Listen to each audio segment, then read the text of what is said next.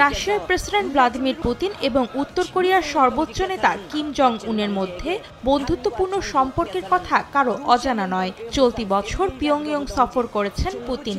দুই দেশের মধ্যে হয়েছে শক্তিশালী সামরিক চুক্তি। ইউক্রেনের সঙ্গে যুদ্ধে রাশিয়াকে কিমের সেনা সহায়তা দেওয়ার কথাও আলোচনায় উঠে এসেছে বারবার। বিভিন্ন সময় আবার একে অপরের সঙ্গে উপহার আদান প্রদান করেন এই দুই নেতা। এবার উত্তর কোরিয়ার চিড়িয়াখানার জন্য মস্কো থেকে একটি আফ্রিকান সিংহ ও 2টি বাদামি ভাল্লুক সহ 70টিরও বেশি প্রাণী পিয়ংইয়ংয়ে পাঠিয়েছে রাশিয়া। এই প্রাণীগুলো উত্তর কোরিয়ার জনগণের জন্য রুশ প্রেসিডেন্টের উপহার বলে জানিয়েছে মস্কো। বুধবার একটি বিশেষ বিমানে করে প্রাণীগুলোকে উত্তর কোরিয়া নিয়ে যাওয়া হয়। আগে থেকেই এই প্রাণীগুলো দুই দেশের মধ্যে বন্ধুত্বপূর্ণ সম্পর্ক ধরে রাখতে গুরুত্বপূর্ণ ভূমিকা রেখেছে।